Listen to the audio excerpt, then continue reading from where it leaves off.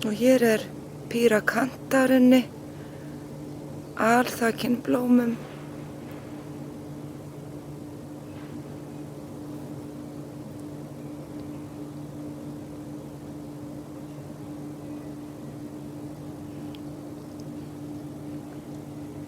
Og síðan verður hann þakinn appelsínugulum berjum. Hann er alveg 4-5 metra hár.